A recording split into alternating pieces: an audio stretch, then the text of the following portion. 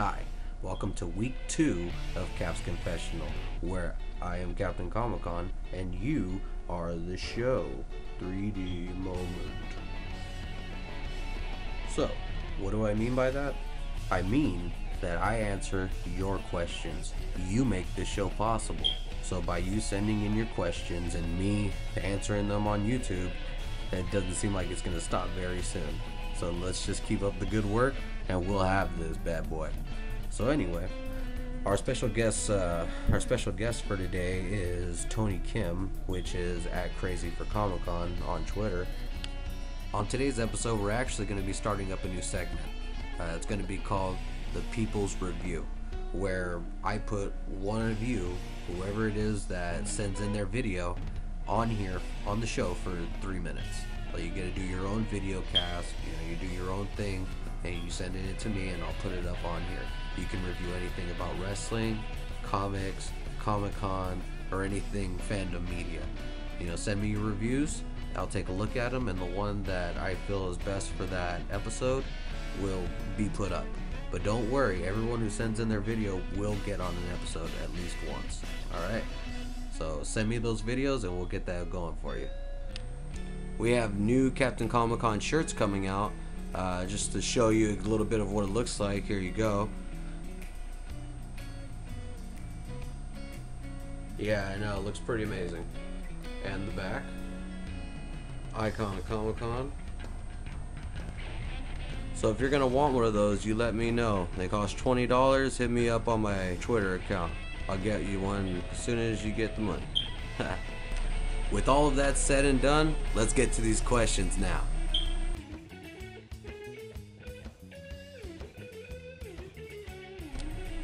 I would say my favorite Comic-Con moment is the day I actually became Captain Comic-Con.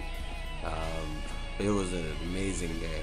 But I mean, instead of telling you how it went, how about I just show you some pictures of how it went down. Here you go. Here's the answer to your question. Boom.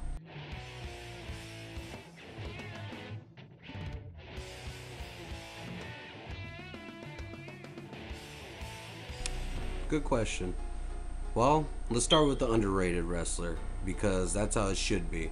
I mean, it's been way too long for the underrated wrestler to be put on the back burner. So I'm going to go ahead and say Nova from ECW, and formerly known as Simon Dean, is probably the most underrated wrestler I've ever seen. I mean, the fact that all of his moves were stolen by the Hardy Boys and they made their career off of Nova's moves just didn't really seem fair to me. So I don't think he ever got really a fair shake at how good he really was. And my number one overrated wrestler would have to be John Cena. I mean, I don't really see how he deserves any of the stuff that he's given as far as title matches and all of that. I could probably see him staying with the US title like he had, maybe won the world title once, but to be honest, he has about as much talent as Mark Henry does, and Mark Henry had to wait 15 years for his title shot and his title win, I guess you could say.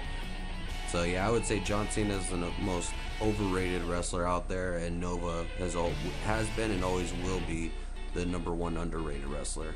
Good question, thank you. And it's now time for our People's Review. This week's review comes from Kid Sarah. Let's see what she has to say.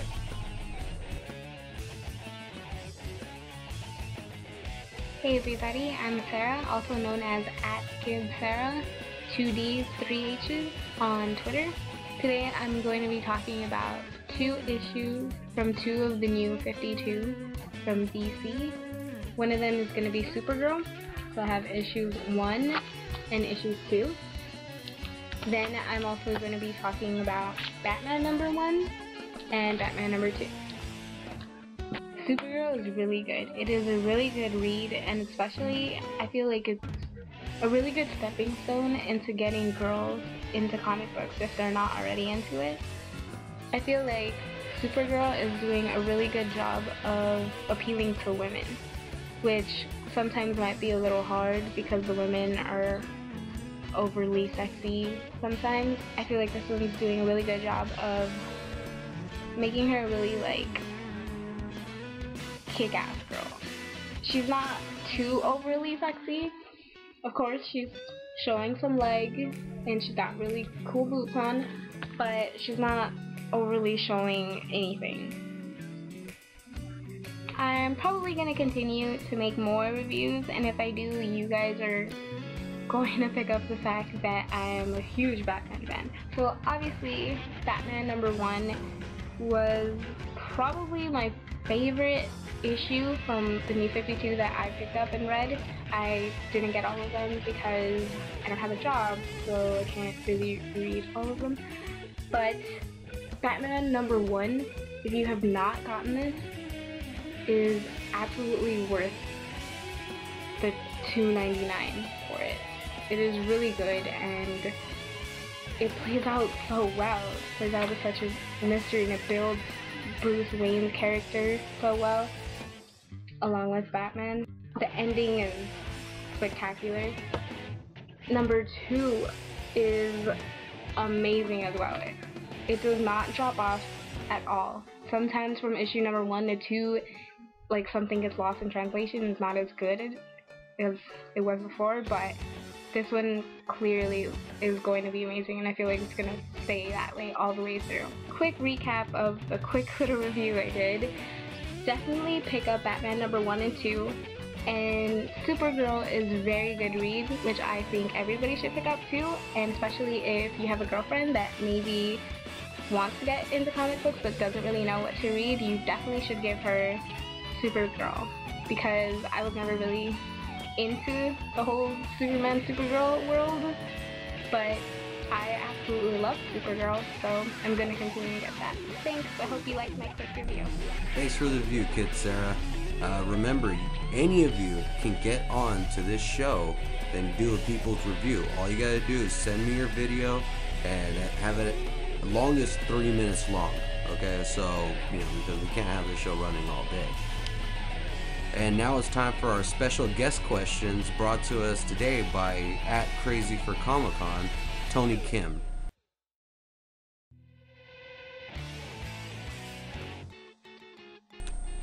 Personally, I think it's pretty amazing that that Comic-Con and comic book characters are being made into more movies, more high budget. It's a huge step up from the original Spider-Man and all of that than what we have now. It's really sad that that comic book shops are on their way out, though. I mean, pretty much like I was saying before, like with all the digital stuff coming out and all this new age crap, there's really no space for comic book shops anymore.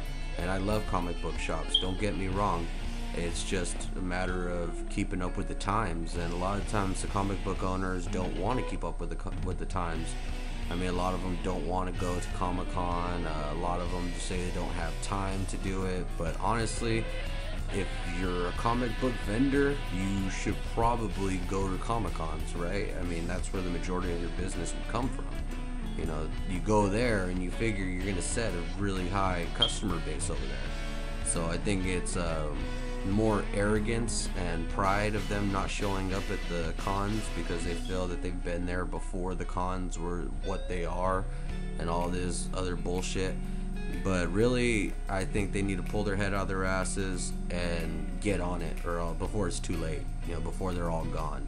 Because comics will keep going. Comic book shops, yeah, that's not going to go on forever. Not when you have eBay and Amazon and all these other sites that are going to sell you comics for the same price. You don't have to go anywhere, but a lot of the time people went to the comic shops so they can have that camaraderie with that person. They could talk about it with the person who's selling it to them. They can get an opinion on it. But why would I want the opinion of someone who doesn't go to Comic-Con, right? Alright. No, I don't think that the comic movies are the reason that people come to Comic-Con. I think it's more of a mass media event, and I think that's what people really enjoy about it. I don't think it's because of the comic book movies like the Avengers or anything like that.